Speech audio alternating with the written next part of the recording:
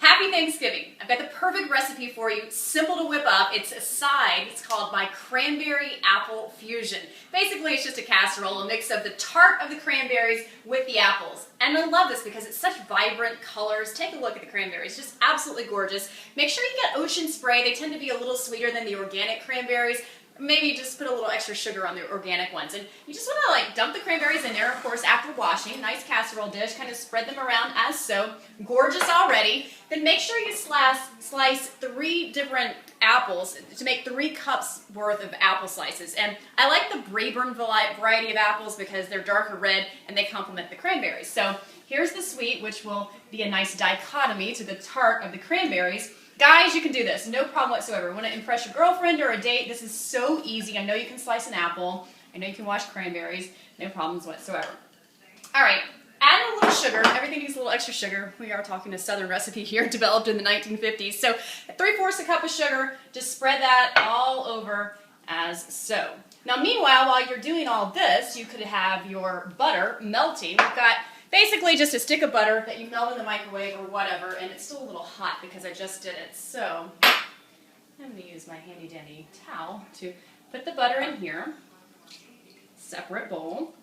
Easy, no problems. Take some instant oatmeal. I like the spice kind, maybe maple or spice. This one has a little nutmeg in it, a little cinnamon, and you need 3/4 cup of oatmeal, and then you just put that over the butter. And ultimately we're going to stir this. If you like pecans, you can go with a 1/2 cup of pecans to add into the mixture. That's going to go into the fusion. Also, this makes the recipe. The dark brown sugar, absolutely rich and succulent. It's going to be awesome. So make sure you get 3/4 to a 1/2 cup of brown sugar to stir in with all that. And the final ingredient would be 3/4 to a 1/2 cup, just depending on how much you want, of flour. And this consistency will make the perfect mixture for your cranberry fusion. And it's just simple. Stir, stir, stir. You can get your children to help out with this. It's kind of fun if you have all the ingredients done beforehand.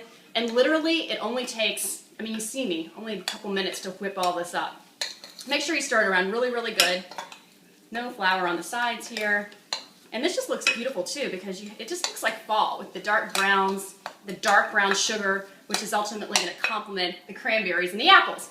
So with this, you just want to spoon a little bit about, kind of even it out to the sides. There's really no hard and fast rule for this. Just make sure it kind of looks pretty, kind of autumnal, and make sure that it's even across the entire mixture because this is really going to fuse it together, hence the apple cranberry fusion. And it's absolutely delicious with the nutty flavors compared to the tart and the sweet. Don't be afraid to use your hands. Absolutely gorgeous. Now, I want some more cranberries. I always do with this recipe because these are so healthy for you. Anti-inflammatory, antioxidant, absolutely beautiful. How do you bake this thing? You put it on 350. Make sure your oven's pre-warmed. Bake it for 45 minutes or to when the cranberries are just bubbling and piping hot. That's when you know when it's really juicy that it's ready to go. So I'm going to take it on over here, put it in my oven, and in 45 minutes we're going to have an awesome, easy Thanksgiving side, Sandra's Cranberry Apple Fusion.